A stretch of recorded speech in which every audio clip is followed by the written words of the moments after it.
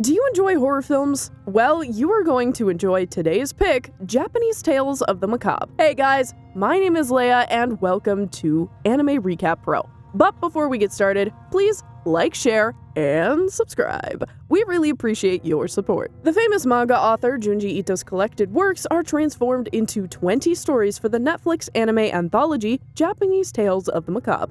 This collection features a selection of Ito's most well-known works. Ito is a master of his craft, known for his horrifying stories and characters. The Strange Hikizuri Siblings, Episode 1. This first episode tells one story from the 5th volume of Horror World of Junji Ito, called The Circus is Here. The story starts with the 5 younger Hikizuri looking up to and respecting their older brother, Kazuya, the only one in the family who brings in money. He tells his siblings that he will work to be an excellent example for them.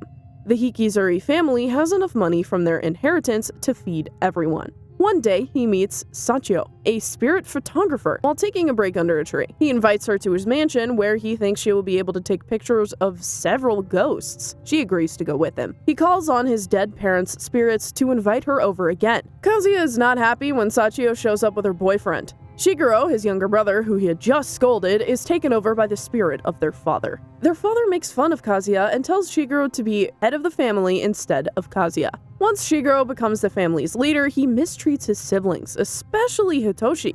When Kazuya meets Sachio, he learns that Shiguro threw up on the floor, not ectoplasm, and that their father never took over him. Hitoshi pukes their father's spirit when he fights with Shiguro at home. The spirit scares the siblings out of the house and buries itself in their father's grave, leaving Hitoshi with no idea what happened. The Story of the Mysterious Tunnel, Ice Cream Truck, Episode 2.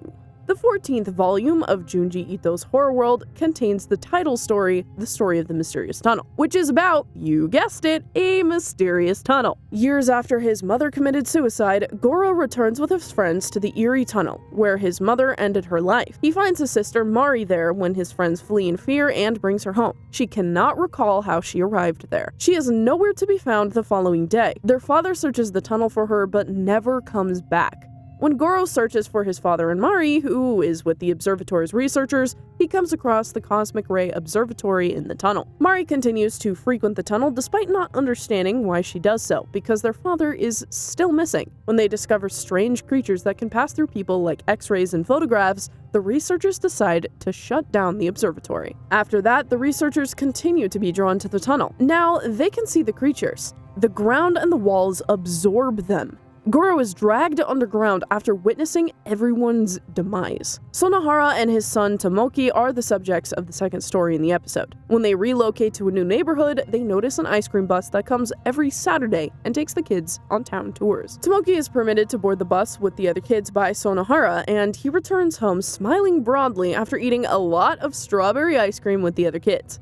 It turns into a routine. As the man declines Sonohara's request to board the bus with the kids, Sonohara notices the kids collectively licking a sizable lump. When Sonohara gets home one day, he discovers Tomoki licking his friends, who have turned into ice cream clumps. Tomoki perishes when Sonohara tries to stop him. Tomoki melts into a similar lump after being beheaded. Hanging Balloons, Episode 3. This is a great little story based on the 4th volume of Horror World of Junji Ito. The Face Burglar. Big balloons in the shape of heads fill the sky over Japan. They look for people to kill and hang them from a noose below. Kazuko shuts herself in a room and will not leave. Temuri, a well-known friend of hers, killed herself a month ago. People started hanging themselves weeks after she died, and others also saw her ghost. Shiraishi, Temuri's boyfriend, calls Kazuko when he sees Temuri's ghost. When Kazuko gets there, she sees Temuri's big head and Shiraishi's head, which has a rope around it, floating in the air. She watches as Shiraishi is strangled to death by the noose. The following day, Kazuko and her friends are pursued by 4 enormous heads with nooses around them. A man attempts to assist them by shooting one of their heads, but Kazuko's friend's body contracts as a result. Giant heads are seen killing people all over the nation 5 days prior to the present. Kazuko sees her father get killed by having his head cut off, and then a few days later, her mother dies the same way. In the present, Kazuko is being called out by voices. She finally hears her brother's voice. He had gone out to get things. She thought he was still alive, so she opened her window and saw his dead body. Kazuko is killed when her floating head puts a noose around her neck and strangles her. Episode 4, 4x4 Walls, The Sandman's Lair. The Sandman's lair, also known as the Den of Sleep Demon, or where the Sandman lives, is the House of the Marionettes, and 4x4 walls, also known as the Room of 4 Heavy Walls. Soichi, Koichi's naughty brother, won't let him study in peace. Because of this, their parents call a carpenter to soundproof his room. The carpenter likes Soichi, so he starts to work on the project with him. The carpenter builds 4 walls and doors into Koichi's room, making it very small. Soichi finds a way to awaken Koichi by crawling in between the walls. Koichi then chases him through secret doors between the walls. When Koichi realizes this is precisely what Soichi wants, he gives up the chase because he's too tired to keep going. Soichi keeps screaming between the walls until he's so tired that he falls down.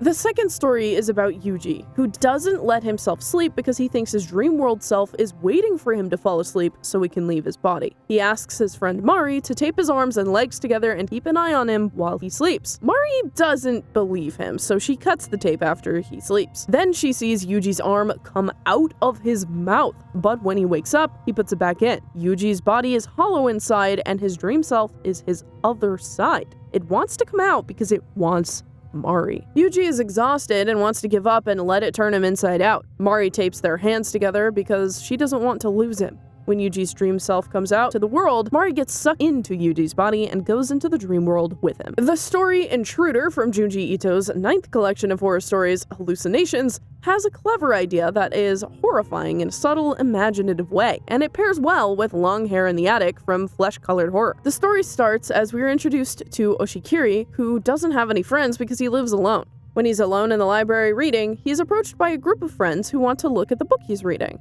They invite him to eat with him because they are all interested in theories about the other dimensions. Oshikiri tells them that he has heard footsteps in his house, so they go with him to check it out. In the house, they see Oshikiri's other self from another world. They figure out that he must know how to go between dimensions. The Oshikiri killed the group of friends who went with Oshikiri to his house in the other dimension. He then brought their bodies to the dimension to bury them. Since the 2 Oshikiris are different, the friends decide to forget about it. In the second story, Kaimi's longtime boyfriend ends their relationship because she tries too hard to make him happy. Kaimi is so sad that she cuts the long hair she grew for him. But before she could do it, she was found in her room with her head cut off. Long after she has died, her ex-boyfriend gets a scary phone call in the middle of the night that makes him think of her. Because there are always rats in the attic, Kaimi's father has to go up when he doesn't come down. Her sister checks on him there. She finds her father dead, and right in front of him is Kaimi's moving head. The long hair is moving the head in a certain way. The hair comes down from Kaimi's attic to kill her ex-boyfriend. Mold,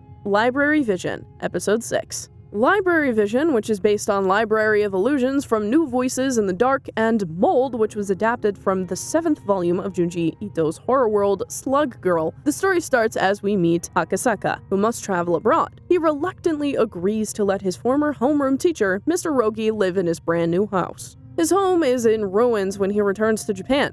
Mold has grown in the home in numerous thick layers. He needs to get in touch with Mr. Rogi and can't even get his brother Seiju to respond to his inquiries. Finally, Seiju reveals to him that he once saw Mr. Rogi's infant, created from the same mold currently covering the home.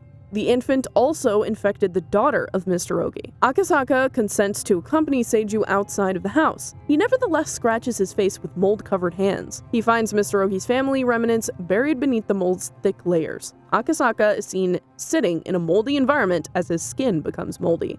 Goro is a character in the episode's second story and is a man who takes great care of his library. Even his wife, Coco, is forbidden from handling his books. He is visited one day by the ghost of his mother's favorite book, Renee of the Winter Wind, after it goes missing one day. He memorizes every book in his sizable library, which ultimately causes him to forget himself.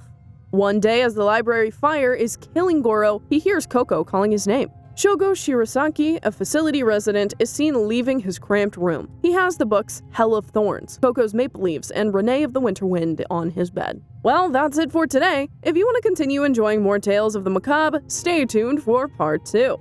Also, please like, share, and subscribe. We really appreciate your support.